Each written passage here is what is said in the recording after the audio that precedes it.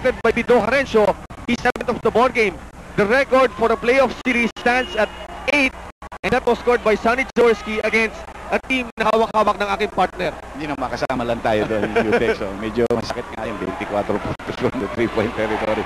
Eh, magaling talaga si Sonny, great shooter from that area. But here, 1-point ball game para sa Gordons. Bola ng Alaska. Bumalik na si Buang Hawkins.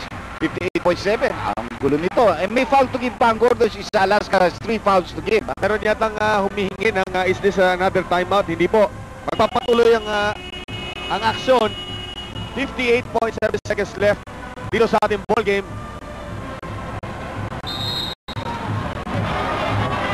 Ang score po natin, 87 para sa Gordons, 86 para sa Alaska. Well, you're gonna see Johnny isolated, pick and roll. Alam nila, tutulong yung mga yon. At ito na si Bido Harencio, applying the pressure. Walang bukas. Lastimosa will take a 3-pointer. It's long. Rebound. Nagpapatakas sila Chris King. Pero makukuha ni Paul Swingo. Hindi makatalon si King, pero he tried to jump to get the ball. What heart, Dr. J. And a foul by Bido Harencio. Too early. You were saying? Too early. That's gonna be the 15th foul. That will put them in the penalty. But I think Harencio wanted to calm down his teammates. Kaya binigay niya yung foul na yun. Gigil na gigil sila. They're on top by a point. 87-86. Ang oras, 35.2 seconds. Ang lamang po ay ang Gordons, ang Alaska, ay meron bang mga fouls na gigib. Ang Gordons ay nasa penalty na. They go to Johnny Abarientos. He is the man sa quarter na ito. They go to Hawkins now. He has a mismatch there. Tako, pasa ni Posuino. Walang tao doon. Nung pinasa niya, akala niya sa likod niya si Holland, pero wala palang tao roon. Now, useless mag-foul ang Alaska because they have 3 fouls to give before they get into the penalty. Yan ang isa. They just gave one, Dr. J. At ito ang jubilation ng kupunan ng Gordons. Unti-unti nilang nararamdaman. Nung pumasa, wala na si Holland. Papasok na. Miscalculation. Well, he doesn't have eyes in the back, no? Pero kumakat na si Holland. Kala ni Holland siguro na ito na.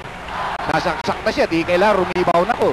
There is Aldana wreaking havoc dito sa team na ito. And another foul given up ng kupunan ng Alaska. Si Hawkins, that's the 4th. One more before they land in penalty. Winyo papalitan. At na pinaalala namin sa Martes, simula ng alas 7. Game number 4. Kung makakalamang ang Gordons, makakailangan sila ng isang laban. And that's on Tuesday, alas 7 ng gabi. At hatikin nyo ng Vintage Sports ang finals ng Commissioner's Cup. Now, Alaska is in the penalty with 17.1 seconds left in the ball game. Story sa timeout. Sa Gordons, may 3. Ang Alaska, meron na lamang isang full timeout. 87-86 is the score. Team Doan, a beleaguered man at this point. They foul Vince Season. They had to foul to stop the clock, but and Jaworski has sent all of his good putting free throw shooters on the floor except for Malo. Malayo si Malo. Hindi gusto tumagat na bola ni Malo. So far, Vince Season has yet to miss a free throw shot in this ball game sa championship series. Si Vince Season is 77%. And big free throws coming his way with 16.1 seconds left in the ball game. All important free throw shots para kay Vince Season. Yung focus niya importante rito. He strokes the first and he misses, Dr. J. And that's where the pressure comes in. This is where they've always questioned Vince Season. He's had a good series, but again here, could he be choking? Alam mo, pinili talaga ni Gayoso yun. Ayaw niyang pasahan si King. King was open, Harencio was there, but he waited for Hison to come to him. Hison for his second free throw. Violation yan! Violation si Gayoso, and that's gonna nullify the free throw shot, correct? Ang laking bagay nun, Dr. J. That shot would have counted, but Gayoso came in just before the ball was released. At meron full timeout ang Alaska. Roman jeans and shirts. Club Roman.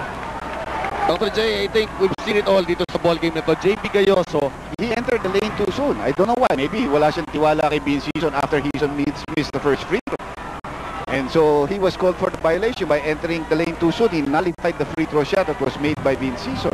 at alam mo, nakikita natin from this side, Dr. J, dahil malapit tayo sa dugout natin sa bench ng Gordons, ang galit ni Sonny Jaworski. Dapat naman siya magalit because everything is on your side. Hison choked under the first free throw but made the second. Kaso, inalis lang kakampi niya dahil nagka-violation. Eto, kumapit kayo mga kaibigan. Abarientos hawak ang bola. Abarientos makakalusot. Buka si Lago. From the corner. Lago, sobrang tira! And no more time! No more time! Naubos sa oras. Gordon takes a commanding 3-0 lead sa seryeng ito, Dr. J.